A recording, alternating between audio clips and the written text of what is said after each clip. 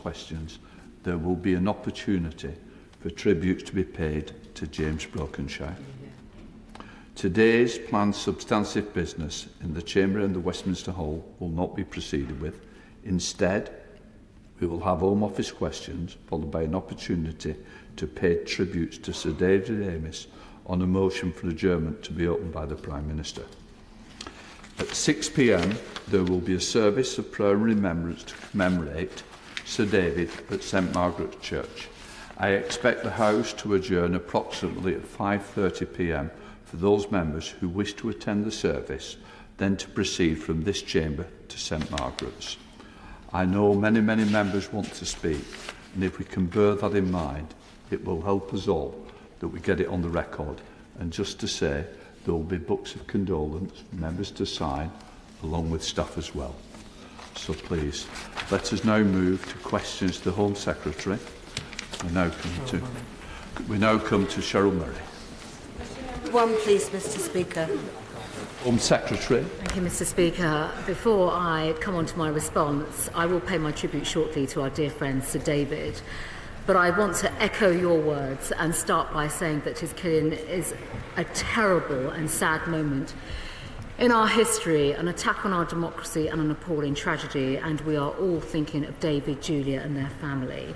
And I would, Mr. Speaker, like to echo your words about our dear colleague, James Brokenshire, the Member of Parliament for Old Bexley and Sidcup, who bravely battled cancer over the last year. And James, Cathy and their children are absolutely in all our thoughts. In response to question number 1, Mr. Speaker, these protests are extremely dangerous. They have caused great economic harm, they have caused misery and distress of the law-abiding public, and they have also prevented members of the public from going about their daily business. Thank you, Mr. Speaker. On Friday, we saw the worst type of illegal protest, where my good friend was stabbed as he did his job. Mr. Speaker, I hope to catch your eye later and give my own tribute to this most excellent fellow, and I thank you for making this possible. I know, sadly, on this occasion, it was one of our colleagues, but will the government review how we help to keep those safe, all of those people who work in public-facing roles? My honourable friend, I echo the words of my honourable friend, actually, in terms of her remarks and the points that she has made. And, of course, we have a duty and a responsibility, and there is a great deal of work taking place right now with Mr. Speaker, with our police forces across the country, to do exactly that. And there'll be further updates over the next few days, particularly for members of Parliament, but also in terms of wider public protection. Chris Brown. Thank you, Mr. Speaker. I, of course, too, also pay tribute to Sir David Amess. I never managed to persuade him to support gay marriage, but he always asked after my husband, and I think that that was the character of the man. The difficulty is judging what the boundary is between legal and illegal protests, because some people protesting online use vile abuse. They think that that's perfectly justifiable. We seem to have developed a toxic way of doing our politics. How do we simply change that so that we become a bit more like Sir David, and for that matter, a bit more like James? Well, my right friend actually raises, I think, actually something that has just been captured actually by the mood of the nation around the discourse that we have in public life. Now, clearly, the online space, we see far too much cruelty online. And I think all of us have a responsibility and a duty to work together. And I do think working together is part of the solution here. And then, of course, when it comes to this place and to public life and politics, I would use one word, and that is respect. Julian Sterling. Number 2, Mr. Speaker. Mr. Speaker, can I start by associating myself with the remarks of the Home Secretary with regard to James Brokenshire, who I worked with over the last 15 years on all manner of subjects. He was a lovely man and a pleasure to know. It's also a poignant moment as I group this question with question 5 to realise that Sir David would have spotted the subject of these two questions, and given his long interest in animal welfare, should in any just world be bobbing behind us now to ask a question. Mr. Speaker, stealing from a pet from its loving owner is a particularly cruel crime, causing heartbreak for families and great distress to the pet. The Home Office is working with the police to ensure pet thefts are recorded in a consistent manner and readily identifiable within Force's information management systems across England and Wales. The Pet Theft Task Force has recently made a series of recommendations which we're considering, and we will introduce a new criminal offence for pet abduction. As well, wasn't it, Minister? Yeah. So, Julian Stack. Thank you, Mr. Speaker. Can I start by adding my tribute to Sir David? He was dedicated, as the Minister said, dedicated his career for better animal welfare. And I know that this topic was one that was very close to his heart, and he had been lobbying the Minister very hard on. Mr. Speaker, as we continue to see the rise in pet theft by criminal gangs who are using these proceeds to fund further criminal activity, does the Minister agree that we have to bring forward legislation on this as quickly as possible? We cannot delay any further. And can the Minister give us a clear timescale on when we're going to see this legislation and we can vote on this important legislation in this House? Well, Mr. Speaker, the honourable gentleman is absolutely right that unfortunately one of the effects of the pandemic, particularly the rise in the value of pets, particularly dogs and cats, who have been happily in demand by many families who look to them for companionship, has brought with it a criminal phenomenon which we need to address. The task force has made a number of recommendations, and while I can't give the honourable gentleman an absolute timetable today, he has our undertaking that we are keen to move as swiftly as possible to give him the opportunity to put this offence on the statute book. Simon Baines. Thank you, Mr. Speaker. I, like other honourable members here, am honoured to ask this question in the memory of Sir David. I met with local residents concerned about pet theft recently in Hanmer, in my constituency in Clwyd South. And what message would the Minister give to those constituents who have been worried about this issue locally? Well, Mr. Speaker, it's typical of the honourable gentleman that he would gather his constituents together to give voice to their concern in this area. I think the message that I would give them is that we recognise their distress and concern. As a dog and a cat owner ourselves, it's inconceivable that our pets might be stolen, and the damage and trauma that would be caused to my family if that awful event were to happen is very keenly in our mind. The policy development work in this particular offence has now begun. And as I said earlier, we hope to bring legislation forward as quickly as possible so that he and the many other members who are very interested in this subject and recognise the distress that's being caused in communities up and down the land by this crime can exercise their free democratic will and put the offence on the statute book. Ian Paisley. Not here. Crispin Blunt. Mr. Speaker, we currently have no plans to reschedule psilocybin to Schedule 2 of the Misuse of Drugs regulations. The Advisory Council on the Misuse of Drugs has recently published Stage 1 of its advice on reducing barriers to research with controlled drugs. We will consider the advice, including its implications for psilocybin, carefully before responding. Crispin Blunt. Thank you, Mr. Speaker. Does my right honourable friend understand the emerging potential of the psychedelic class of drugs with psilocybin to the fore to treat depression, trauma and addiction? Now, some of this science was emerging in the 1960s, before our current drugs laws closed it down. Last year, or in 2019, 90,503 of our fellow citizens were driven to suicide by their depression or trauma, or whose rock bottom in addiction has been death. If there is any scale of potential for these drugs, and it appears that there is, any further delay in getting the science and the research going is not defensible. In fact, it's a morally disgraceful abrogation of our duty to the public good. Well, Mr. Speaker, as a founder of the All-Party Group on Life Sciences, I am well aware of the potential of any number of compounds to assist us in the constant battle against mental and physical illness, and the need for this country to lead in research that might alleviate the problem not just here but in the rest of the world. But the honourable gentleman will know that in particular where it comes to rescheduling of particular compounds, we do so where medicines are approved on the advice of the MRHA and of the ACMD.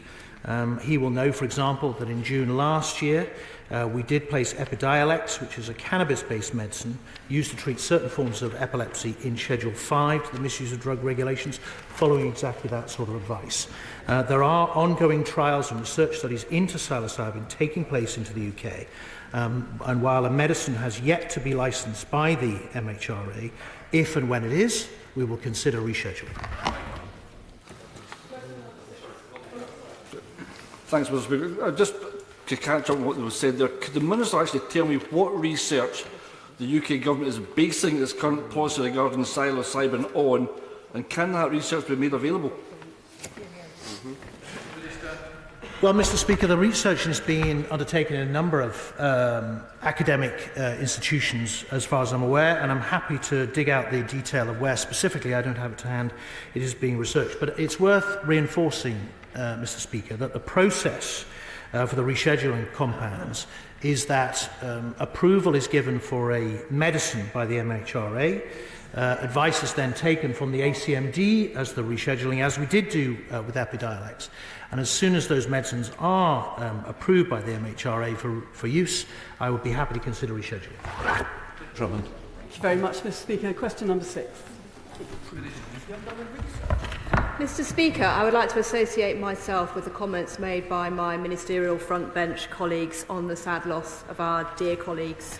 With your permission, I would like to group this question with question 14. And supporting victims of domestic abuse is a government priority. Building on the landmark Domestic Abuse Act and the Tackling Violence Against Women and Girls strategy published this year, we will also publish a dedicated domestic abuse strategy. And this strategy will drive action to prevent offending, support victims, relentlessly pursue perpetrators and strengthen the system as a whole. Drummond. Thank you very much, Mr. Speaker. And can I place on record, on behalf of my Mearn Valley constituents and myself, our deep and utter shock about the death of Sir David Amess and also that of James Brockenshire. And can I pass on their deepest condolences to his family, constituents and many families and their friends here and outside Westminster. In Hampshire over the last year, there were 26,785 domestic abuse offences recorded, with the first period of lockdown showing a 14% increase year on year. Would my right honourable friend continue her support for police and crime commissioners like Donna Jones in Hampshire, who are tackling this dreadful crime as a priority? Well, can I thank Donna Jones for the way that she has prioritised this crime, backed by an uplift in the Hampshire Police funding settlement. And I can assure her that we'll be working closely with policing colleagues, including police and crime commissioners and the new policing lead for tackling violence against women and girls, Maggie Blythe, to drive forward improvements in policing's response to these crimes. Furthermore, we'll be publishing a refreshed national statement of expectations on violence against women and girls to support local commissioners, including PCCs, in commissioning effective services. Hal. Mr. Speaker, anyone can be a victim of domestic abuse, regardless of gender, age, ethnicity, religion, socio-economic status, sexuality or background. But how many men have been subjected to domestic abuse, and what is offered to them differently to women? Well, my honourable friend is, of course, absolutely right that men and boys can be victims of domestic abuse, and indeed these other crimes that fall under the umbrella of what we call violence against women and girls. And for the year ending March 2020, the Crime Survey of England and Wales estimated that 757,000 men experienced domestic abuse, which is approximately 7 in 100 men. So we have done a lot of work to publish the first ever cross-government male victims position statement to strengthen our response. We do need to refresh the male victims position statement, and we do also fund the men's advice line run by Respect to provide specialist support to these victims. Sir Desmond Sway. Sir.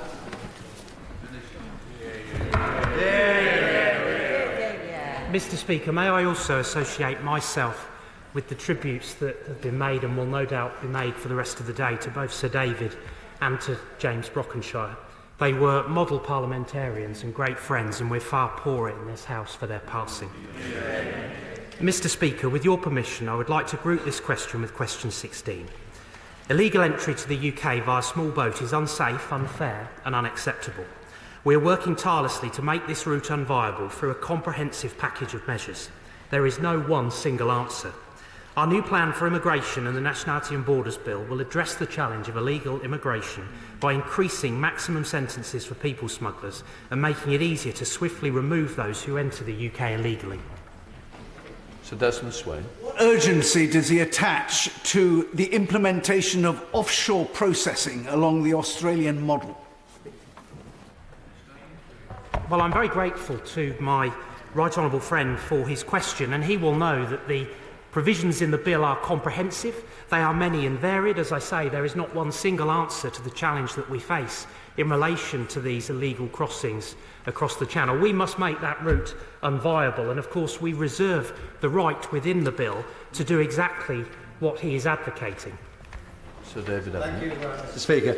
Does my honourable friend agree with me that the Nationality and Borders Bill is absolutely key to stopping the vile people smuggling of gangs from continuing to facilitate these Channel crossings and putting so many lives at risk?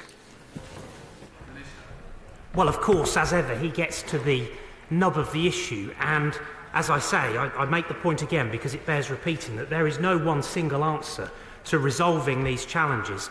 But what we do require in swift order is the measures that are set out in the bill. They're comprehensive, they're there to tackle these dangerous crossings. Of course, we need global assistance as well to help us to achieve this. But what we must do is put these evil criminal gangs out of business once and for all and preserve human life. That's exactly what the measures we're proposing seek to do.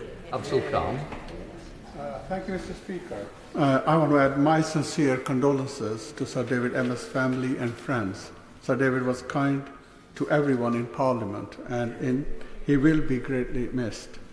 Last week, Sir David and I were part of a parliamentary delegation in Qatar. During the visit, we met the unaccompanied child refugees who had been evacuated from Afghanistan and are now being housed in a temporary accommodation in Qatar. As many as 13 of these children have family members in the UK and are desperate to be reunited with them.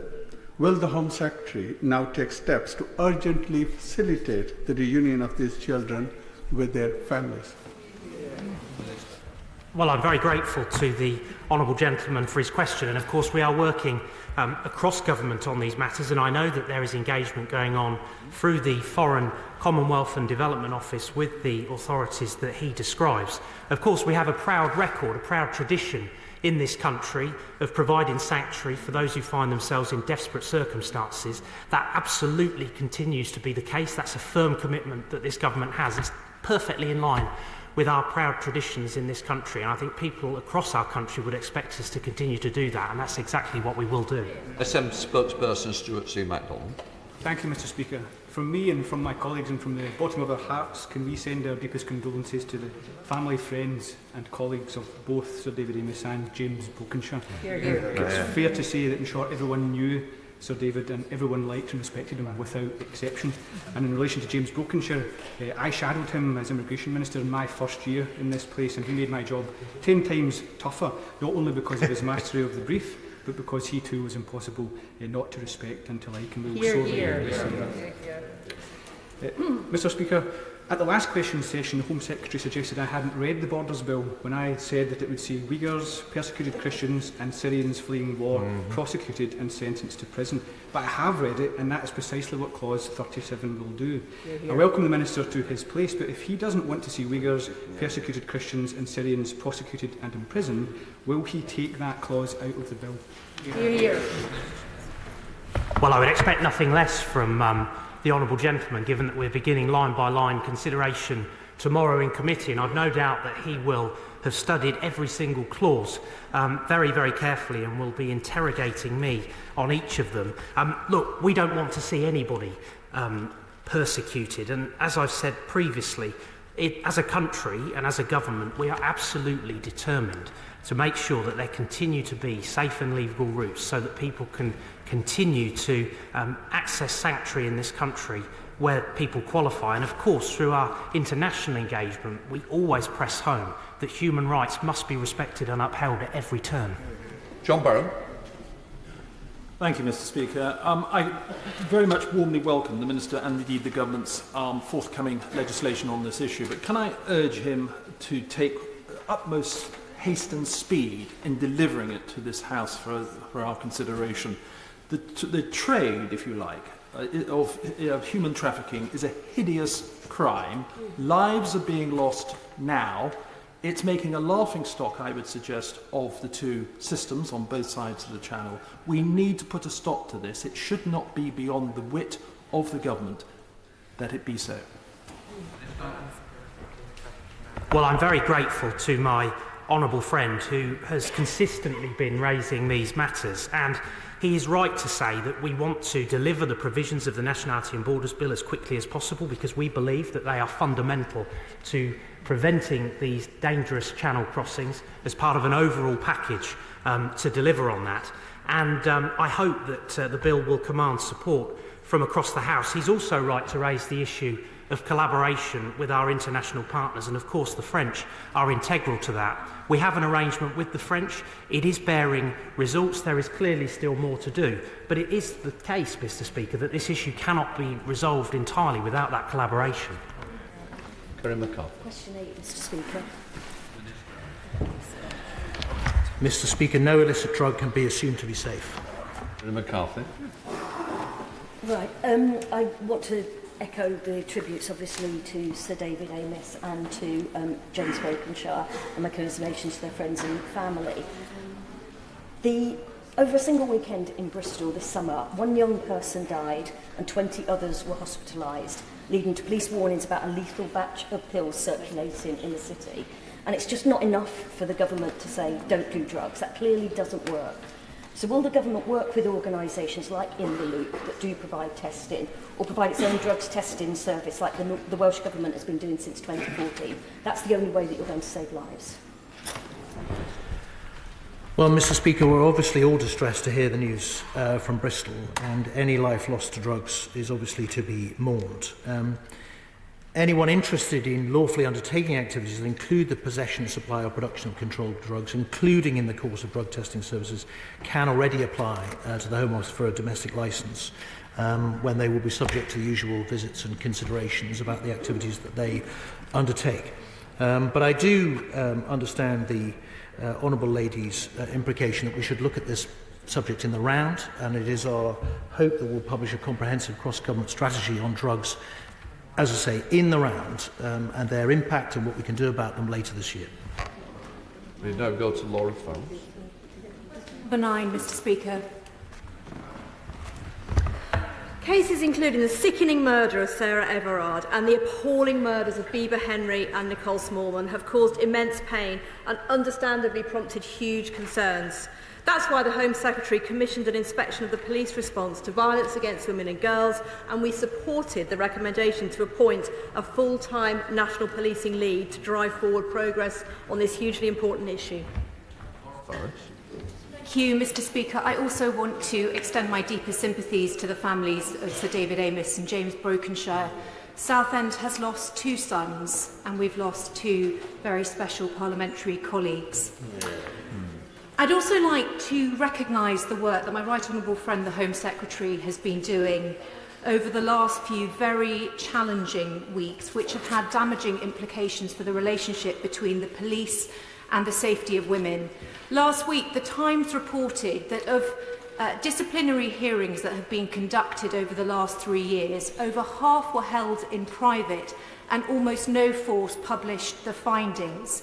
We know how important transparency is when it comes to public confidence, so could my honourable friend say what steps she is taking to ensure that members of the public can see what is going on with their local force?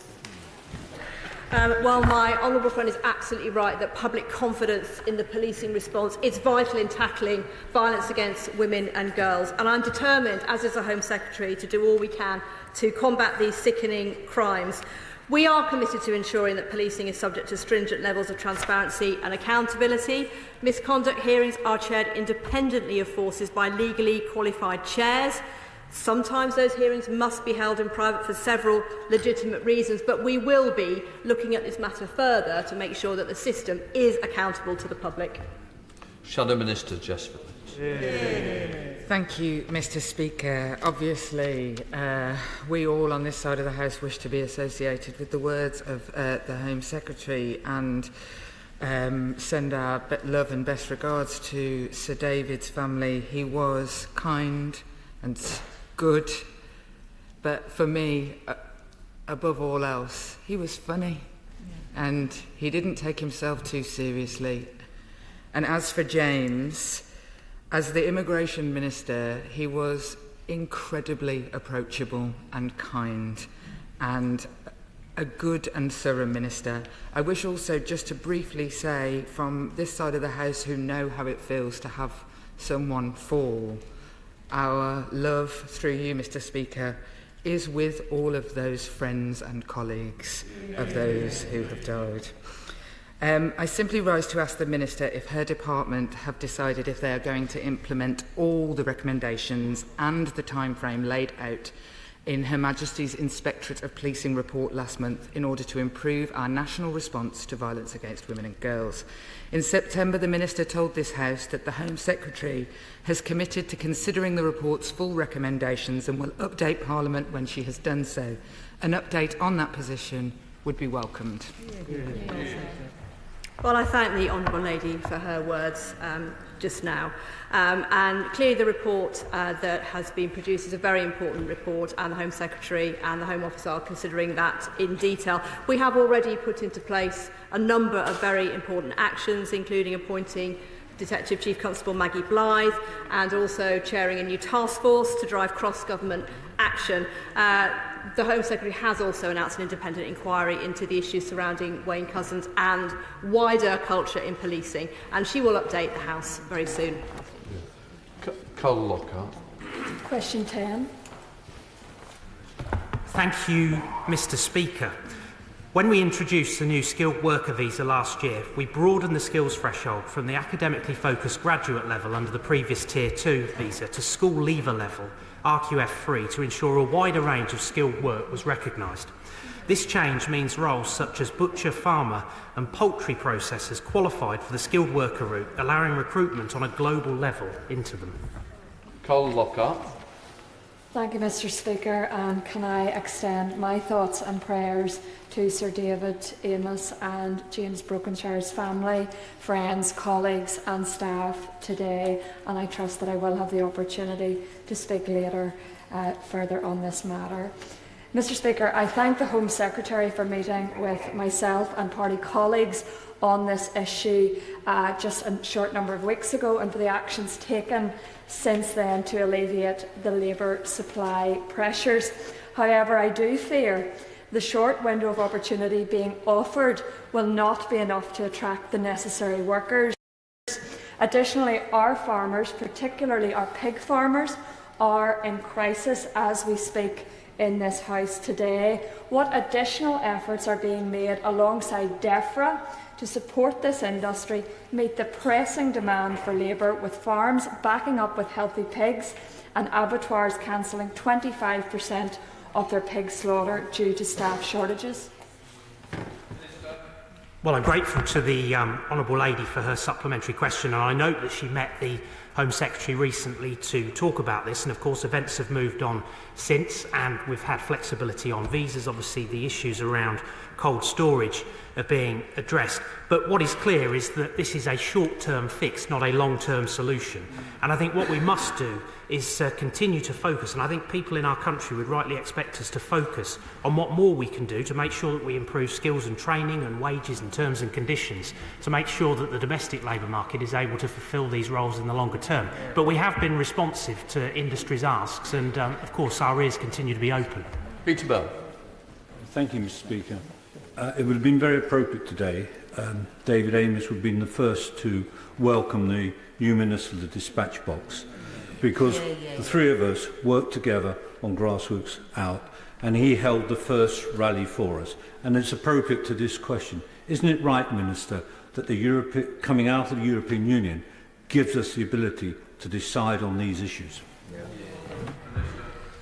Well, thank you to my honourable friend and neighbour for his question, and it won't surprise him to hear that only a couple of weeks ago I received a note from Sir David congratulating me on my appointment, and it is something that I will absolutely treasure in the years ahead. His encouragement was always second to none. The truth is that people like he and I campaigned in the referendum for a global immigration system. That is exactly what we have delivered. I genuinely believe that that is the right approach to immigration for the years ahead, based on skills, recruiting the skills that we need, but also making sure that we do right by the domestic labour market and people in this country by increasing skills, increasing opportunity, increasing training, terms and conditions, and making sure that more readily we can recruit to those roles. Shadow Minister Bamlock-Shorrock. Thank you, Mr. Speaker. And I too wish to pay my tributes to Sir David and James Brokenshire and pass on my deepest condolences and sympathies to their families. They were two of the kindest, most decent parliamentarians I've ever met, and I will certainly miss my conversations with Sir David by the lifts in 1 Parliament Street, always with a smile. Mr. Speaker, the National Farmers Union have told MPs that there's a chronic shortage of butchers and agriculture workers, which has led to 150,000 pigs being backed up on farms. So I ask the Minister, will the Government add the butchers and agriculture workers to the shortage occupation list, and will the Government agree to review the list earlier than 2022, as is the current plan? Well, the honourable gentleman raises an interesting question, and he should know that, of course, the Home Office and ministers in the Home Office are working constructively with DEFRA, who, of course, are regularly engaging, no doubt, with the National Farmers Union around these matters. Following last year's MAC Sol review, the Government set out its response to stating that the labour market is changing as a result of COVID, and that it is important to assess changes in the labour market before making widespread changes to the Sol. This is particularly true at a time when so many British people still face uncertain times with the ending of furlough. But as I say, we are committed, we have taken steps in the short term to address these challenges that have been raised, but this really is not the long-term solution to these challenges. But of course we're responsive as the situation develops. Thank you, Speaker. And while I wanted to take the opportunity to welcome my friend to his position on the front bench, he might not welcome what I have to say after I congratulate and echo the comments that he made in condolence of our dear departed colleagues, both David and James. So far we haven't had any facts and figures.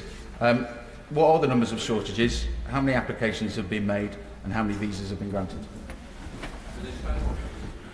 Well, thank you to my honourable friend for his question. As I say, what we have done is we've been responsive to the needs that have arisen in our economy. We've been engaging with the various sectors who've come forward to raise concerns. For example, there is a commitment to supporting visas for 4,700 HGV food drivers, up to 5,500 poultry workers, 300 fuel drivers. I think the key thing now is that those industries who've sought that extra support and that flexibility through visas now get on and recruit to those roles. Cat Smith. Question 11. Thank you, Mr. Speaker, and I too wish to associate with your words and the Home Secretary's in memory of our two cherished friends, David and James, outstanding parliamentarians both.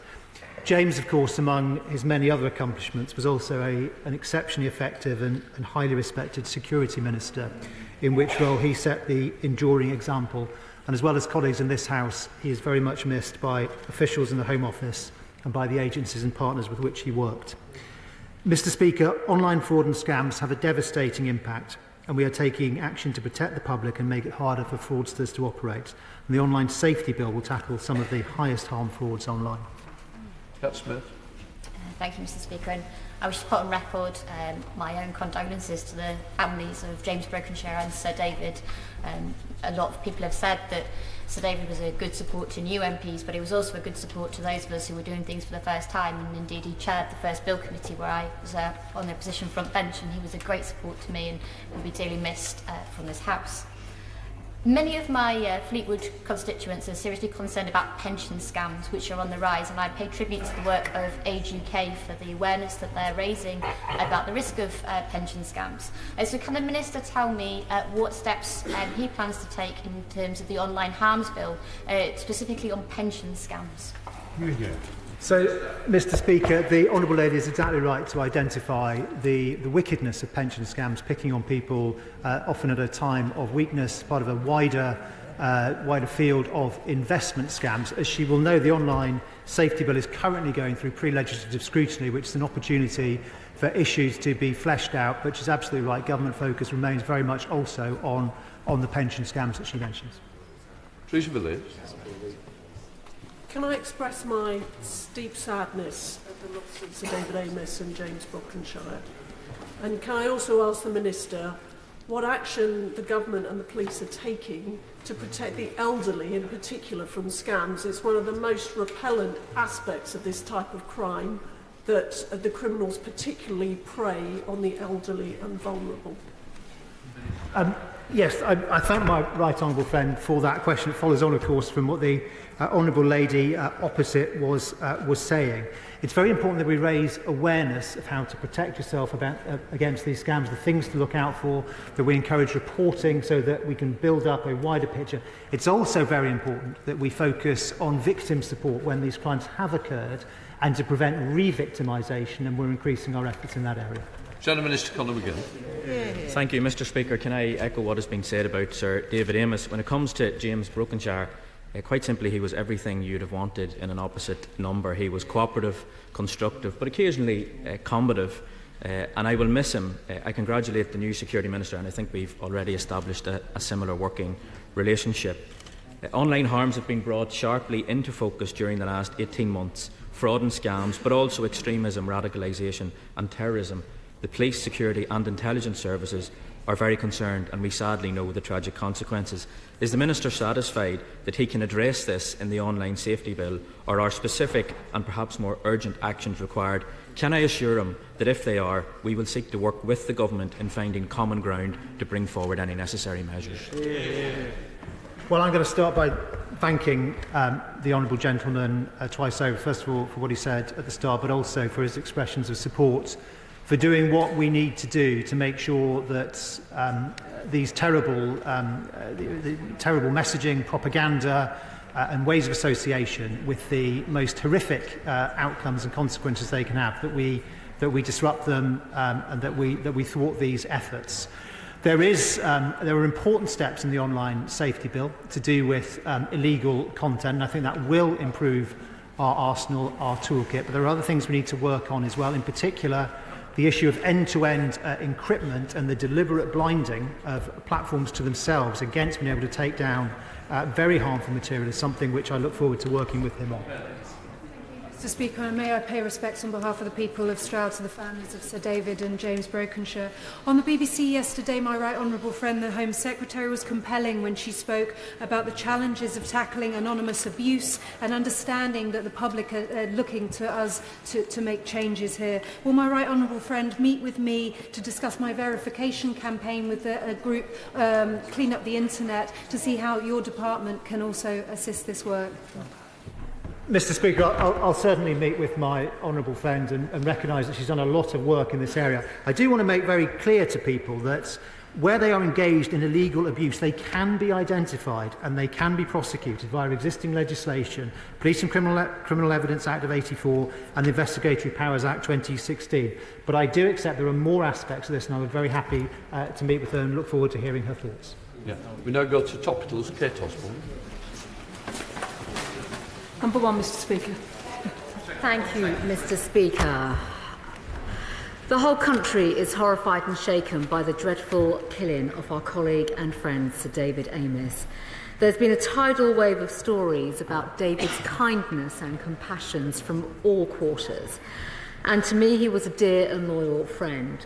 We are all utterly devastated for David's wife Julia and their family and loved ones. David, Mr Speaker, as we've already heard across the House, had a huge number of friends in this House, in his constituency, in the county of Essex and well beyond. The causes he supported, we've heard, were diverse and so many, both relating to people and, of course, much-loved animals. And many sessions in this House were enlivened, Mr Speaker, by his calls for city status for Southend. It is agonising to know that we will not see his wonderful smile again. And it took no effort on David's part to conduct the business of politics in a civilised, good-humoured way which came naturally to him. Decency ran through him like the writing in a stick of Southend rock. David represented all that was good about this place, so let us all carry his light forward and reflect his passionate commitment to making things better for the people we serve. Kate Osborne. Can I pay my respects to Sir David Amess and James Brokenshire and send my best wishes to his family, his friends and his staff. Mr Speaker, today on Anti-Slavery Day, statistics obtained by After Exploitation show that since 2016, over 4,500 suspected trafficking victims have only been referred for support after leaving immigration detention. Now, this shows a major failing and demonstrates how the trauma of detention prevents victims from disclosing their exploitation. So can the Minister explain what work is being carried out to tackle this problem, and also say why is the Home Office still planning to open a new immigration detention centre for women this month in County Durham? Thank you, Mr Speaker. Well, first of all, on the really important point that she has made around modern-day slavery and trafficking, the Government is absolutely committed to undertaking every steps and every measures to provide support through the National Referral Mechanism and also support in terms of victimisation through much of the modern-day slavery work that we do as well. I should just like to reassure the Honourable Lady, Mr Speaker, that actually through the current Borders and Nationality Bill there is greater work taking place now in terms of what kind of measures we can put in place to safeguard the victims, safeguard their testimony and make sure that they get the support that they need. Fletcher. Thank you, Mr Speaker. May I place on record my own condolences to the families of the two colleagues that we have lost. I recently undertook resident surveys in Heath and Shirebrook in my constituency, and it showed that there was strong demand for more bobbies on the beat to tackle antisocial behaviour. Can I ask my honourable friend what progress we have made in getting more police on the streets in Derbyshire? Well, Mr Speaker, can I commend the honourable gentleman for engaging with his constituents on what is very often easily the most important subject close to all of our constituents' hearts. He will be pleased to hear that we are now approaching the halfway mark on our 20,000 extra police officers, which obviously represents a gross recruitment of something over 20,000, and I hope that he will feel the effect of the now well over 100 police officers recruited by Derbyshire Constabulary on the streets of his constituency in the weeks to come. Shadow Home Secretary Nick Thomas-Symonds. Thank you, Mr Speaker. I first met Sir David Amess when I entered this House in 2015, and when as a new member he approached me to ask how I was and how I was settling in. And that conversation captured the essence of Sir David, who was a kind, thoughtful and generous man, always cheerful and smiling. He was dedicated to the service of his constituents, he had passionate beliefs, and he worked across party lines on causes that mattered to him and those he served. He was respected and held in affection across the House, and we on these benches send condolences to his wife Julia, to all his loved ones and parliamentary colleagues. Sadly, Mr Speaker, another member of this House, James Brokenshire, was taken from us too young. I worked with James on a number of security issues. He was a man of firm beliefs, staunch integrity and unfailing good humour. He pursued causes with passion and respect and represented politics at its best. And we on these benches send sympathies to his wife Cathy and all his loved ones and parliamentary colleagues. I'd also, Mr Speaker, like to send best wishes to Lynn Owens to thank her for her work as Director General of the National Crime Agency and wish her a swift recovery from her recent surgery. Mr Speaker, I'm grateful to your office and to the Home Secretary for the work on MP security since the heinous crime that was committed on Friday. But I wonder if the Home Secretary could offer some further details on the review. Can she confirm when the review she announced will be completed and what she will do too to ensure that any recommendations are applied consistently by police forces up and down the country? Well, I thank my right honourable friend, first of all, for his comments regarding Sir David, James and Lynn as well, Lynn Owens. These are important points, obviously, in terms of members' security, which the Speaker and myself have been working on over recent days. And it is absolutely right, I think, for all members of the House to recognise that We want to see consistency across the board when it comes to the safety and security of members of Parliament and our ability to conduct our public duties as democratically elected members of this House. The review is underway right now, and I can confirm to my right honourable friend and to all honourable and right honourable members that the policing review itself is concluding literally over the next few days. There will be more communications to all colleagues across the House in terms of how to conduct their work publicly in a safe and secure way, while at the same time giving the public the confidence and assurance that they need when they are coming to meet members in forums such as surgeries, but also that the one-to-one contact that members of Parliament require will be taking place, actually starting from this afternoon. Nick Thomason. I'm grateful for that answer, and the awful murder of Sir David follows after the dreadful murder of our friend Joe Cox, an attack on my right honourable friend the member for East Ham, a plot to kill my honourable friend the member for West Lancashire, and the murder of Andrew Pennington, who was killed after an attack at the office of the now noble Lord Jones of Cheltenham. Now, any attack on any elected representative is an attack on our whole democracy, and it's with that imperative we have to approach this. Mr. Speaker, I appreciate the current investigation is at a very early stage, and the Home Secretary will quite rightly be very guarded on specifics, but I wonder if she could comment more broadly on the issue of lone attackers. Can the Home Secretary set out what steps the government intends to take to investigate this type of attack, the radicalisation of perpetrators, and will a strategy be put in place to reduce the risk of such attacks in future? Well, my right honourable friend is absolutely right in terms of a live investigation taking place, and I will not be joining to any commentary whatsoever, and no member should. The issue of lone attackers is not new, and across society and across our country and other countries around the world, sadly we have seen too many lone attackers in previous years as well. There is a great deal of work taking place, and sadly we will continue to discuss actually the work across intelligence, policing, security, prisons and probation as well, the work that takes place to prevent these attacks, but also the data and intelligence sharing that is undertaken across our systems, across government, but across all aspects of various institutions and society, linked to, of course, some of the current inquiries that are also taking place. So there's a great deal of work that is in flight right now, underway. But I also think it is important to recognise, and I would like all members of the House to hear this, we have some of the best intelligence and security agencies in the world. I want to pay tribute to them today and our police forces for the work that they have been doing, specifically in regards to the current investigation, but also the much wider work that they do to keep us safe every single day. Spencer. Thank you, Mr. Speaker, and I'd like to associate myself with the remarks made by yourself, the Home Secretary and other honourable members, and pay tribute to Sir David Amess and James Brokenshire, two fantastic and honourable MPs, cruelly taken before their time, and their friends and families are in all our thoughts and prayers. Now, on the review of security of MPs, does my right honourable friend agree with me that one of the things that makes our democracy great is the unfettered access our constituents have to us, and that this must be protected and strengthened as part of this review? I thank my honourable friend for his question, for his comments and his question. He's absolutely right, and I think all of us, all honourable and right honourable members, take pride in their constituency work, and exactly that, the ability for constituents to approach us and for us to be approachable to them. Underway right now, there are a number of security reviews, but practical considerations that we are looking at, rightly to protect members and to protect the public, to enable us to carry out our functions as democratically elected members of this House. SNP spokesperson Stuart C. MacDonald.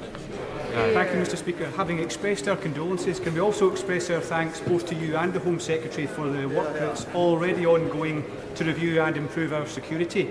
I agree with the Home Secretary that we must make it our mission both to improve safety and to protect the close links between the public and their representatives. But will she agree that this must be true at all levels of democracy? And I mention in particular our local councillors at the coalface, often doing surgeries alone, week in and week out. Right, my friend is absolutely right, and I would just like to pay tribute actually to all elected representatives across the United Kingdom, because they do conduct themselves day in, day out with great determination, and it is right, and there is work taking place, just to give the Honourable Gentleman in the House assurance, through the Cabinet Office, that we actually look at the right kind of measures in supporting. Slow. I want to echo every comment that has been made about David Amess and James Brokenshire. The introduction of damping in 2004 to the police funding formula has cost Bedfordshire about 95 officers on the beat. Will the government commit to scrap damping as quickly as possible to be fair to Bedfordshire and the other forces affected, and to do so as quickly as possible? Well, Mr. Speaker, I've made a commitment in this House before that we'll introduce a new funding formula for police forces across the land before the next election. That is the objective that we're currently working towards, although I would warn everybody that all cannot have prizes. Thank you, Mr. Speaker. On behalf of my constituents and myself, I'd like to pass on my deepest condolences to the family of Sir David Amess and James Brokenshire. Mr. Speaker, the Secretary of State will no doubt be aware of the long-running extradition cases of the West Midlands Three, two of whom are my constituents in Coventry North West. These three people are British citizens, and they have endured raids, arrest and imminent threats of extradition. Given that the Crown's lawyers could present no case whatsoever at the extradition proceedings, and the threats of extradition has subsequently been dropped, will the Secretary of State outline exactly what evidence was used to justify these arrests in the first place? And I'm sure the Secretary of State will agree that my constituents deserve clear answers. Speaker, I'd like to speak to the Honourable Lady separately on this case, if I may, because I didn't fully hear her question, but I will certainly follow up on this extradition. Nigel Mills. If I could first extend my condolences to the family and friends of James and Sir David. Over the recess, the Pandora Papers showed that corrupt and criminal money is still making its way into the UK, and yet no unexplained wealth orders have been issued for the last 2 years. Could the Minister ensure that the National Crime Agency has the resources to pursue those orders in any case where they're appropriate? Thank you, Mr. Speaker. And unexplained wealth orders are a very important tool, and yes, we are absolutely making sure the resources are there to support their use. Hang on a bit. Neil Hamby. Oh, not here. Not here. Let's go to Kate Olsen-Moore. Thank you, Mr. Speaker. I would like to extend my condolences to Sir David and to James Brockenshire's family and friends. Is the Secretary of State aware that victims of the Windrush scandal are disproportionately likely to be suffering extreme hardship? Will she publish guidance on its expedition process for claims under the scheme, so that those in acute need, such as my constituent, Anthony Bryan, can apply for the expedition? The lady will be well aware of the extensive work that has taken place around the Windrush compensation scheme and the support that we've offered her constituents as well. If she'd like to meet with me to discuss this further, she'd be very welcome to. Karen Bladley. Mr. Speaker, and I refer to my entry in the Register of Members' Interest. Today, Mr. Speaker, we mark Anti-Slavery Day. One of the first people in government to recognise the importance of this issue was our much-missed colleague, James Brokenshire. Will my right honourable friend please confirm that her priority will be to continue James's work, making this a priority for her and making the UK a world leader in this area? Honourable's friend is absolutely right in the way, in passionate way, she's put her question forward. And we will continue that work and the legacy of the work that's taken place on modern-day slavery. No word from the Prime Minister.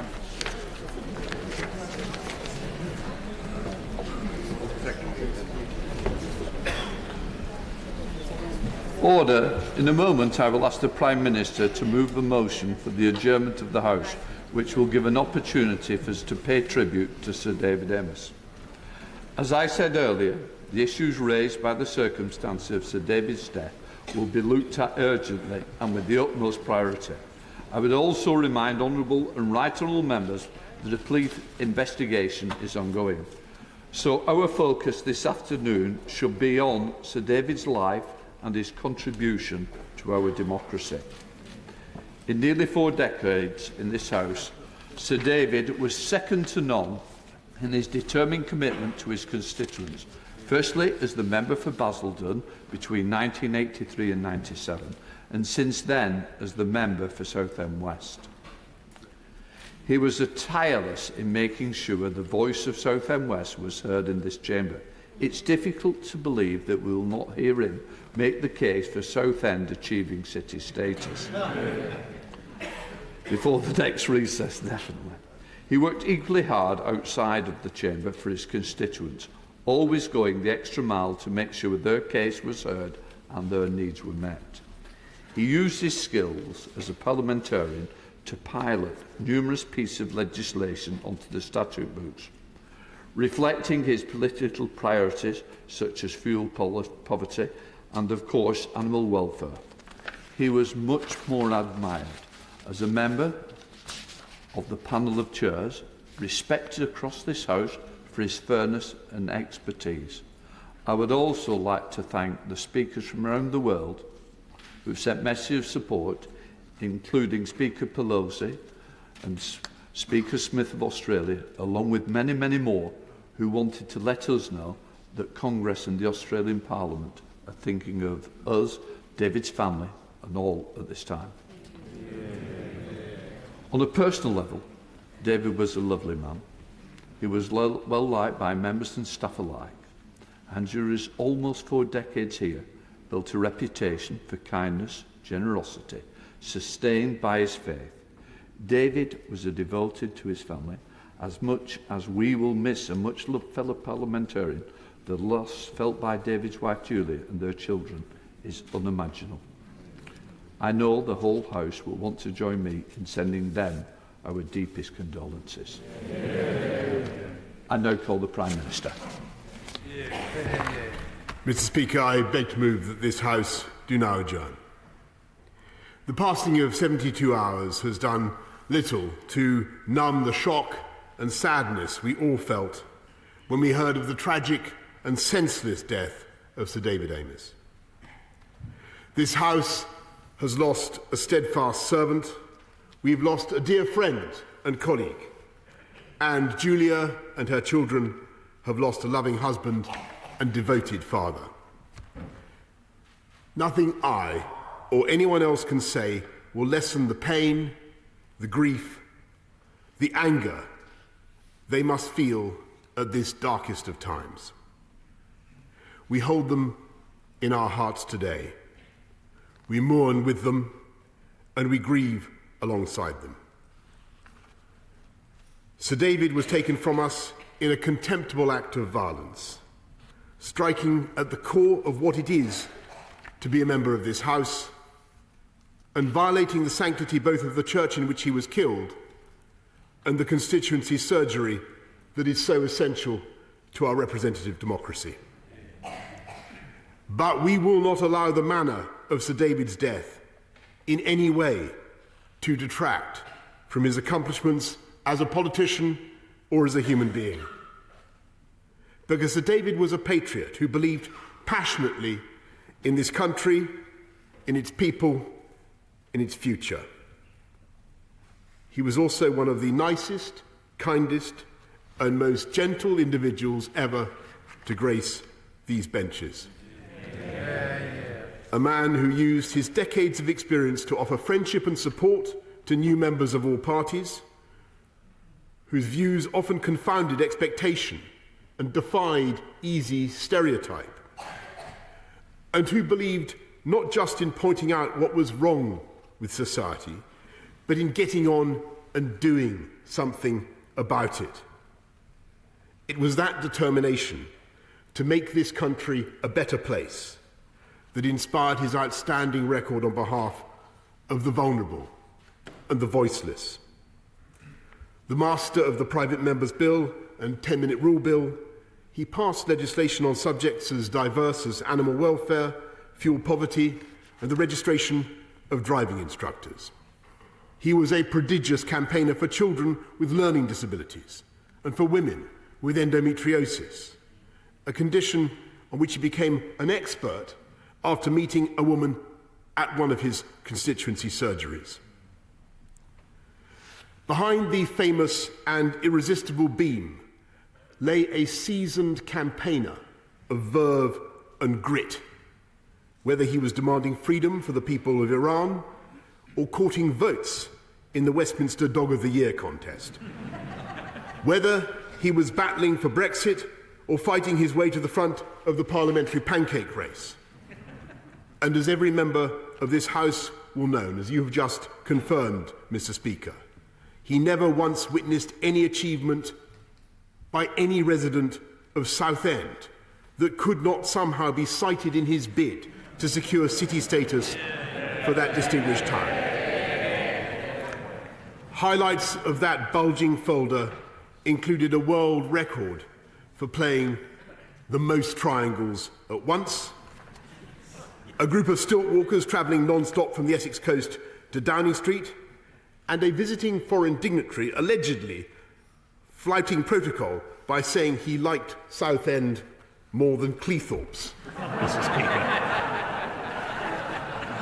A compelling case, Mr. Speaker. And as it is only a short time since Sir David last put that very case to me in this chamber, I am happy to announce that Her Majesty has agreed that Southend will be accorded the city status it so clearly deserves.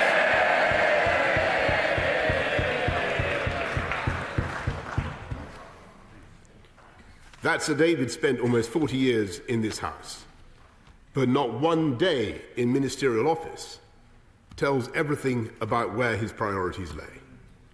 He was not a man in awe of this chamber, nor a man who sought patronage or advancement.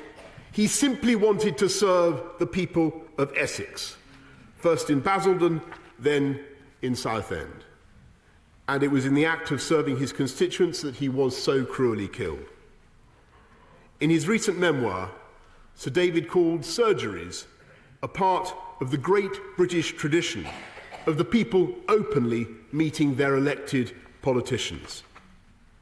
Even after the murder of Joe Cox and the savage attacks on Stephen Timms and Nigel Jones, he refused to accept that he should be in any way deterred from speaking face to face with his constituents. And so when he died, he was doing what he firmly believed was the most important part of any MP's job: offering help to those in need. In the awful moments before we knew the full horror of the tragedy, a member of Sir David's Constituency Association, her voice breaking with emotion, told an interviewer that we need him, the country needs him, and we do. This country needs people like Sir David. This House needs people like Sir David, and our politics needs people like Sir David. Dedicated, passionate, firm in his beliefs, but never anything less than respectful for those who thought differently. Those are the values he brought to a lifetime of public service. There can be few among us more justified than him in his deep faith in the resurrection and the life to come. And while his death leaves a vacuum that will not and can never be filled, we will cherish his memory, we will celebrate his legacy, and we will never allow those who commit acts of evil to triumph over the democracy and the Parliament that Sir David Amess loved so much. The question is this House to now adjourn. I now call the Leader of the Opposition, Keir Starmer. Thank you, Mr. Speaker. In the last few days, there have been many tributes to Sir David, from politicians of all parties, from his constituents and members of the public, from friends and from family, and from faith leaders, especially the Catholic Church, of which he was such a devoted follower. Each tribute paints its own picture of a committed public servant, of kindness, and of a man whose decency touched everybody that he met. Taken together, these tributes are a powerful testimony to the respect, the affection, and yes, the love that David was held in across politics and across different communities. Together they speak volumes about the man that he was and the loss that we grieve. Sir David was a dedicated parliamentarian, and his loss is felt profoundly across this House. We are united in our grief at this terrible time. We are thinking of David and his family.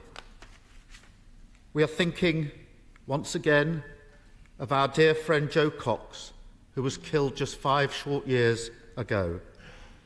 And I know that honourable members and their staff will have spent the weekend worrying about their own safety.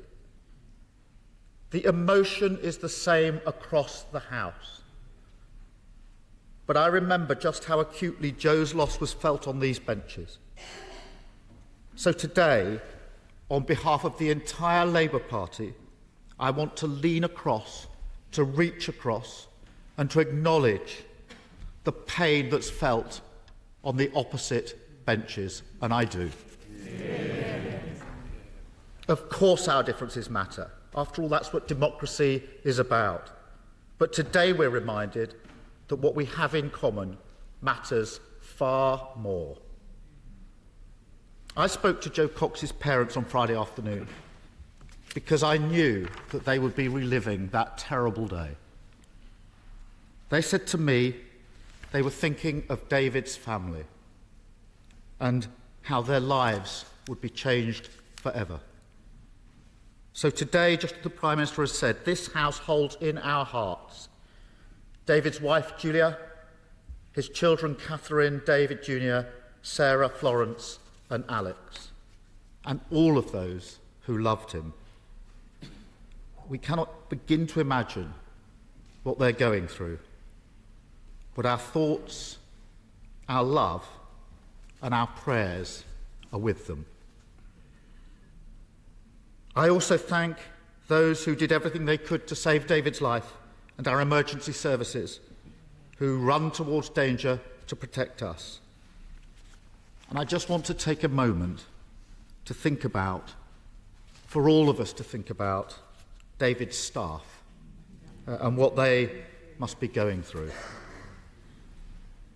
This Parliament that David loved so much has lost one of its finest advocates. His colleagues have lost a dear friend, and the people of Southend have lost one of their own. Sir David was a dedicated constituency MP. When I visited Southend on Saturday, I was struck by the affection and the regard that he was held in by everybody I met. He rejected ministerial office to focus on Southend, and we remember his historic battle to see it given city status. And I'm so pleased at the announcement the Prime Minister has just made. It is a fitting tribute to Sir David's hard work, it really is. Fitting because David delivered on the causes he championed. He cared about them. He passed a bill that forced action on fuel poverty. He paved the way for better standards of fire safety and delivered protections for animal welfare. And no tribute has emerged in recent days that resonates more vividly than that of his former parliamentary staffer, Edward Holmes. As he was in his first job out of university, Holmes forgot to tell Sir David about an urgent call that the then Prime Minister, David Cameron, had made. He said he felt terrified until he finally plucked up the courage to tell David, whose response was typical. "Don't worry about that, Edward." So relaxed was David that Mr. Holmes says he suspects he never actually called the Prime Minister back. That tells of a politician who had his priorities right. One who put his people before his party and his patch before his personal advancement. Even as a political opponent, he was a man and a politician we can all learn so much from. I use that phrase, political opponent, very deliberately, because David held his beliefs passionately, but gently. And I believe that not only can we learn from that, but we have a duty to learn from that. Civility matters, and it matters in politics. We must not lose sight of the fact that David's killing was an act of terror in our country.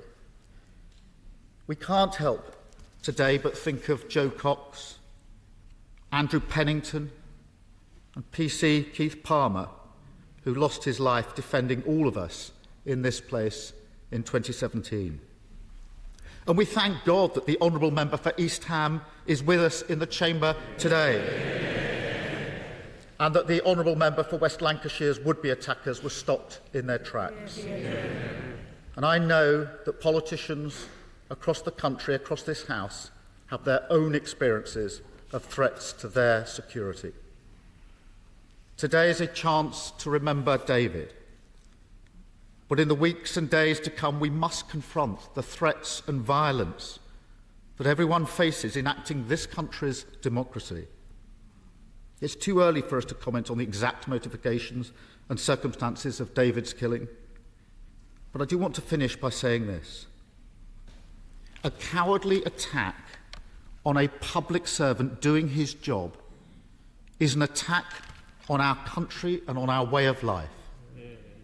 A way of life that prizes tolerance, democracy and respect, that accepts our differences but cherishes our commonalities, that refuses to succumb to the poison of extremism. No matter what perverted cause, faith or ideology these attackers support, their intention is always the same: to sow division amongst us. And that's why our response must always be to show that we will never be cowed, that our bonds to one another can never be eroded, that the hatred that took Sir David's life will never win. Our democracy is precious. It's held firm against many tests, but it's also a fragile, living thing. Let us use the memory of Sir David's life and his passions to nourish it, to recommit ourselves in standing for the things that he stood for, the things that extremists will never comprehend, for decency in our disagreements, for kindness in our hearts, for our great democracy, and for the hope that through it we can make our country and our world a better place. Thank you, Mr. Speaker. Mark Francois. Thank you, Mr. Speaker. Sir David Amess was my best and oldest friend in politics. So I confess that I'm hurting terribly. And I hope the House will therefore forgive me if, because of that, my contribution this afternoon is even more incoherent than usual. I certainly cannot match those two beautiful and, if I may so, extremely moving tributes from the Prime Minister and the Leader of the Opposition. Thank you. Everything I ever learned about how to be a constituency MP, I learned from David Amess. He sponsored me for the candidates list and he mentored me when I arrived. Without him, I would never have become a member of Parliament. So some might well argue he has much to answer for. I grew up in Basildon when David was the local MP. I grew up on a working-class council estate, which even the locals nicknamed Alcatraz. David helped me to campaign in 1991 to win election onto Basildon Council. Quite a robust place to learn your trade. Once described as the only local authority in Britain where at council meetings the councillors actively heckled the public gallery.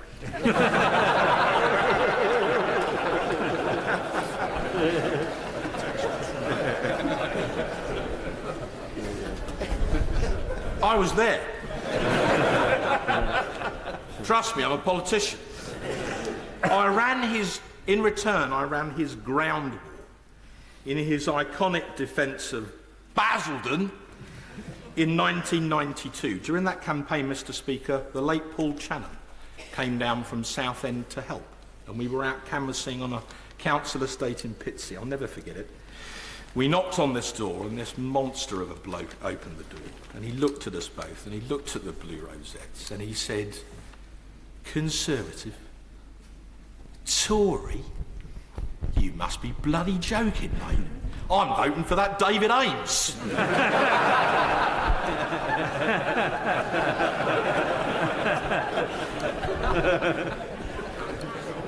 And I said, I know when I'm beat, sir. Well done.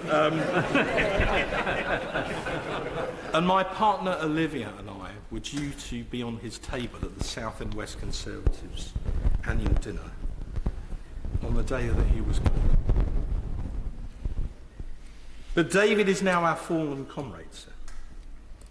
He was a devoted and a loving family man, and our deepest sympathies are with his widow, Lady Julia, and his 5 children, who produced the most amazingly courageous statement yesterday, the essence of which I think was that love must conquer hate. And I'm sure, sir, we all agree with that.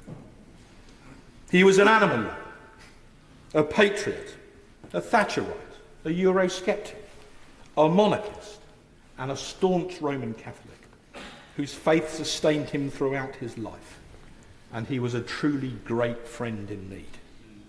I can vouch for that. And a fine parliamentarian. He was probably the best potential father of the House we will now never have. He had a zest for life. He had a joie de vivre. For him, the glass was never half empty. It was 3/4 full. He was a doughty champion for Basildon and then for Southend. So thank you, Prime Minister and Her Majesty and the Privy Council for making Southend a city after all. It was the right thing to do. And our apologies to Cleethorpes.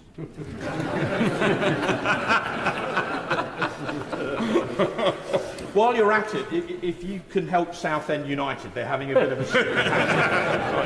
They really need, sir, all the help they can get. But you never knew what David was going to do next. That Essex cheeky chappy smile, that impish Amess grin, always with some hint of gentle mischief standing behind it. He once even persuaded His Holiness the Pope to bless a boiled sweet. But my friend and neighbour will explain in a moment, Mr. Speaker. But he did have a serious side too, and it's on that which I really want to focus the rest of my contribution today. In the last few years, David had become increasingly concerned about what he called the toxic environment in which MPs, particularly female MPs, were having to operate.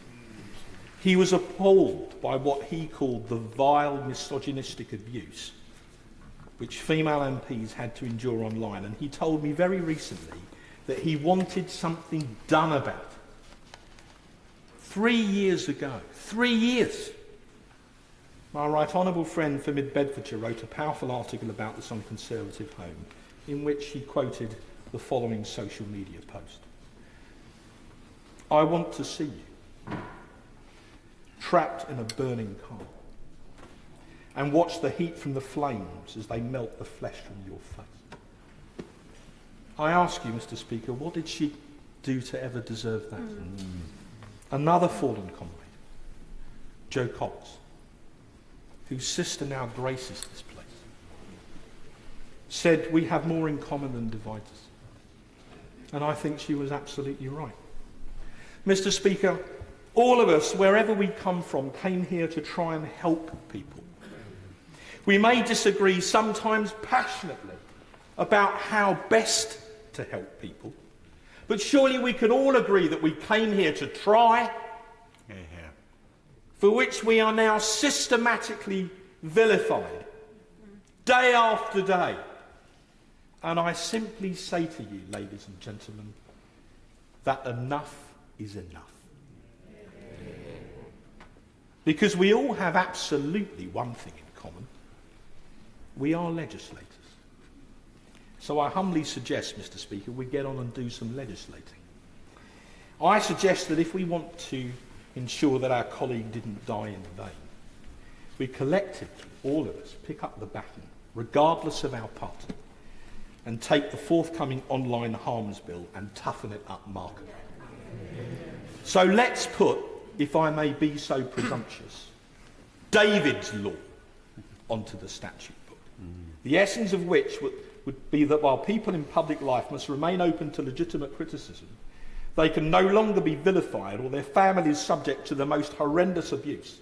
especially from people who hide behind a cloak of anonymity, with the connivance of the social media companies for profit.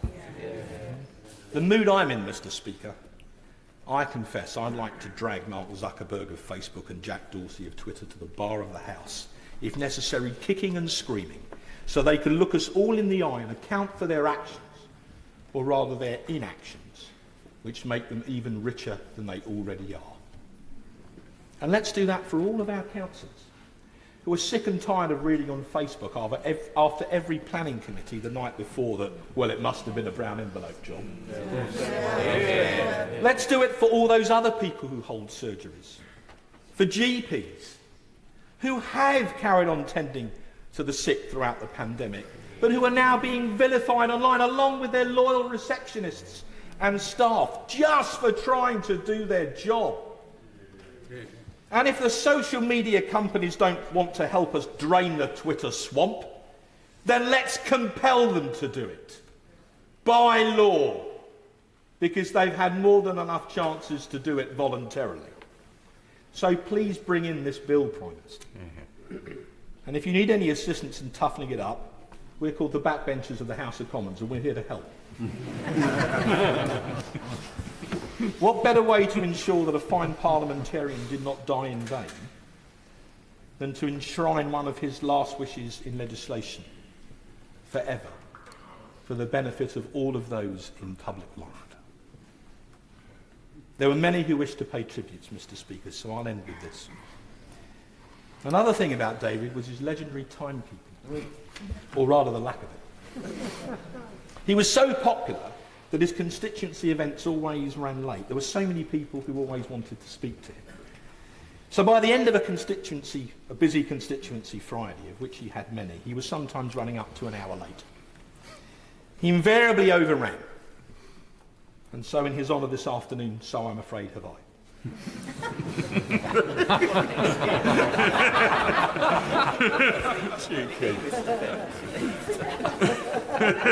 Sorry. But because of this wonderful trait, what better fault to have than that? Among some of his closest friends, he was known affectionately as the late Sir David Amess. Well, now he really is the late Sir David Amess, isn't he? But I am absolutely determined, and I ask for your support in this, that he will not have died in vain. He's now resting in the arms of the God he worshipped so devotedly his whole life. So farewell, David, my colleague, my great friend. In fact, quite simply, the best bloke I ever knew. I thank the House for its indulgence. I now come to the Leader of the SNP, Ian Blackford.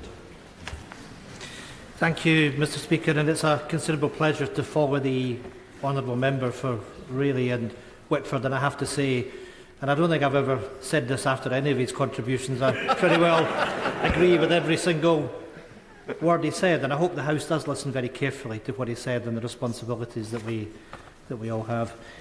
Mr. Speaker, we are gathered here united in mourning and grief at the loss of a proud champion of Southend, of now to be the city of Southend, a great backbencher, a beloved husband and a father and dear friend to so many, particularly on the government benches. Sir David Amess was valued in so many ways, but I think the most powerful description he achieved was in some ways was the simplest and the most human. David was above all else a good and a deeply decent man. A man that would always greet you with a welcoming smile whenever you met him. For members and staff across this House, it will take time to come to terms with the terrible shock of the senseless loss of another colleague. Because just as our thoughts and prayers today are with the entire Amess family, we think too of the family of Joe Cox, who are forced to relive the nightmare of their experience all over again. Mr. Speaker, members of this House are being murdered while simply doing their job. That is the terrible reality that we are faced with. And just as we face it together, we need to put an end to it together. In providing that security and safety, we need to protect all those at risk. Because we all know that it's often our staff who are at the very front line of the threats and the abuse as well. So I welcome the review underway into MP security, but I would genuinely urge the Home Secretary to also include our staff as a central part of that security review. Hear, hear. The devastating loss of Sir David has once again laid bare that twin threat of terrorism and the toxic culture of hate and intolerance that has become all too common. So today, of all days, it is crucial that we show the same spirit and speak with one voice across this House, as indeed we are doing.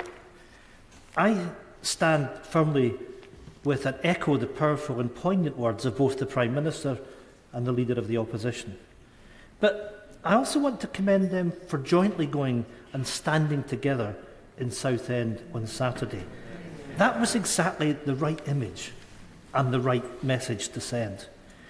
People need to see that image of unity on Saturday, and it is an image and ethos of political leadership that we need to project in public far more often. A healthy democracy that engages with passionate disagreement as appropriate. But we all know that somewhere along the way we have been badly diverted. For too long we have been dragged down a path where passionate disagreement has been infected by poison. All of us can do better not to feed into that corrosive culture. All of us have been a victim of it, and every single one of us have a responsibility to put an end to it. It is the truest tribute to Sir David that he personified exactly what we need to get to. He was a person whose politics could be forceful, but always a friendly, a person who could disagree without ever, not ever, being disagreeable. For the rest of this session, I look forward to hearing the fond memories from many of his colleagues and friends. The beautiful statement released by the Amess family last night put it better than I possibly could. David's lesson and his legacy is to show kindness and love to all. All of our memories will be of a good man and of a life well lived. May his family and community today know that the true depth of respect, affection and love that he enjoyed across this House. And may his gentle soul now rest in peace. God bless you, David. James Duttridge. David was a man of faith and convictions. Faith in his religion and convictions in his politics. He was, above and beyond everything else, a family man and a very funny man. He'd often break all the rules, cutting through pomp and ceremony and connecting with people. When introducing me, he'd always make up a story. I was the Strictly Come Dancing winner at his annual party for people over the age of 100. Before there was ever a raffle, he'd describe me as a lottery millionaire at a charity fundraiser. My favourite icebreaker is meet James. He's my neighbour. He's recently got out of prison. He'd hold the audience with his anecdotes and stories, and I would like to share the story of the boiled sweet. David was a regular visitor to the Vatican, given his faith, and in the receiving line, perhaps slightly absent-mindedly, being used to these things, people were getting items blessed. David, having a sore throat, reached into his pocket for a boiled sweet. David got his timing wrong. The Pope took the sweet, thinking it was a revered object to be blessed. Blessed the revered object. And David had to put it in his pocket. A holy sweet. And when David would tell the anecdote, as he would do many a time, I suspect you've all heard it, he'd again reach into his pocket and say, "And this is the sweet that was blessed." Mr. Speaker, I suspect there have been many sweets passed off as the holy sweet, but there is only one chosen one. As the neighbouring Member of Parliament for what we now must say is Southend City, and thank you, Prime Minister. It means a lot to everybody, it really does. People would sidle up to me, colleagues would sidle up to me and say, "You're David's neighbour, aren't you?" And I'm like, a bit tentative, yes. But I knew what was coming. It was always an outrageous story of his behaviour at a meeting, or particularly on overseas trips, that just completely broke the ice. He was indeed a great man. He loved animals, but there will no longer be the infamous Dog of the Day tweets. He would never again dress as a knight in full battle finery, mount a horse and ride across the city of Southend as he did after receiving a knighthood. This really is unbelievable. I'm making it up. Mr. Speaker, seriously, thank you for coming on Saturday. To have the Prime Minister, the Leader of the Opposition, yourself there, sent a real message to the town, the city, that the nation cared and the nation was mourning with us. The impact of David's death has been profound on the city. Southend are in shock and I'm in shock, and I'm told that the pathway going forward for the city will be difficult. Having spoken to people around Joe Cox's family, I know this is going to be a long process. We don't want to be the city where the MP was murdered. We want to be the city with the longest pleasure pier in the world, with a great airport, with a successful football team. even if David was conflicted on the latter matter as a confirmed man of the East End and a West Ham supporter. He loved his mum, who lived to 104. We all in Southend assumed David would go on forever. The late Eric Forth told me that David would be the father of the house. I just thought it was going to be thus one day, but it was not so. In gathering my words, I thought of the phrase, cut short in his prime, and then smirked to myself, given they were somewhat ridiculous, age 69. But he was sprightly. He was a secret gym goer, a head full of floppy hair.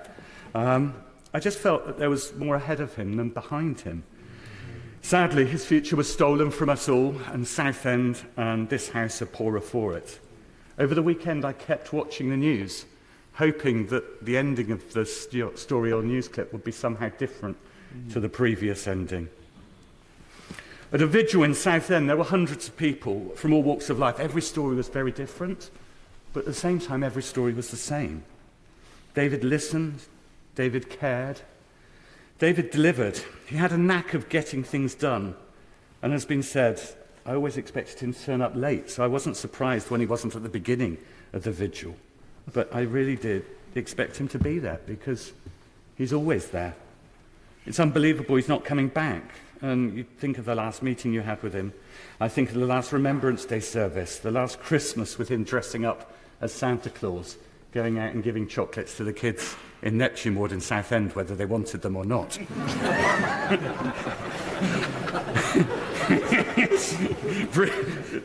Bringing the remainder to my kids, who would stick them to one side, and despite all rules about eating chocolate. But this is not the last of David. He lives on in us all. I don't think David would have seen himself as a mentor to people in this house. He wouldn't have called himself that, but that's what he was by demonstration and osmosis. David inspired great loyalty into his staff. His office was always packed with people, paperwork, and as anyone who's been there would know, fish and birds, despite the House authorities' ban on the subject. Part office, part museum of decades of political memorabilia, part pet shop. It was an office, like the politician, unique. He's survived by a lovely family, Julia, his wife, his children, David Jr., Catherine, Sarah, Alex and Florence. And it's with sadness that the family comes from all corners to be back together in the city of Southend. We pray for you collectively. Their statement yesterday was poignant.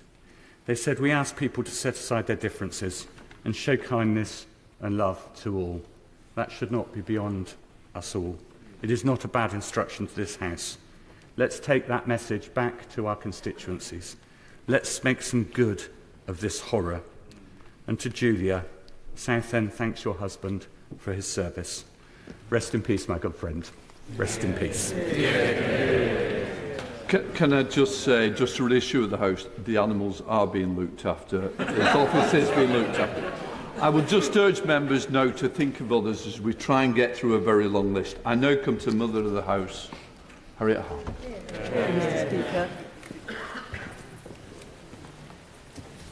Thank you, Mr. Speaker. Beyond the horror we all feel, Sir David's family is first and foremost in my thoughts, and I want to add my heartfelt sympathy to his wife and to his children. Their statement this morning, in their unimaginable shock and grief, shows such extraordinary dignity. Sir David was one of the most dedicated, but also the most affable of MPs. He looked beyond party differences to work with so many of us on a multitude of issues of common concern, and that's why there are tears on all sides of the House this afternoon. Most recently, just one example, he took the lead on a cause which I then took up, which was the injustice done to young unmarried mothers whose babies were taken from them in the 1960s and 70s. We've all got examples where he's worked with us. My tribute to him will be to redouble my efforts on that and to remember and to work in the spirit that he exemplified. Commitment to constituency, commitment to Parliament, a belief that he could and did make a difference. Sir David Amess, rest in peace. Now come to the Father of the House, Sir Peter Bottom. I agree with Harriet and Ian. David Amess, in 2010, made a speech where he said, it's extraordinary listening to the acting leader of the Labour Party, now the Mother of the House.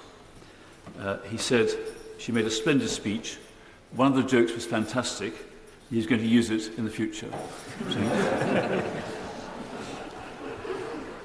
David's fire safety all-party group worked with the all-party leasehold and commonhold reform group. We had a number of meetings over the year, and as well as the city, can I put it to the Prime Minister and the Chancellor that they could make his legacy on defective leasehold flats the finding, the fixing and the funding of the problems while chasing those responsible to pay up. I think he'd wish that. If we look around this chamber, we see the shields of those who've died, some in active service in the last World War. Ronald Cartland was the first. Other members went forward knowing the risks. So did Police Constable Keith Palmer.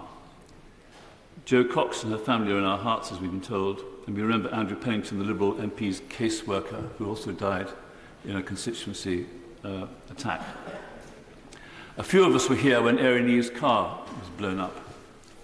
Robert Bradford and I were together in the Westminster Wobblers, the House of Commons football team.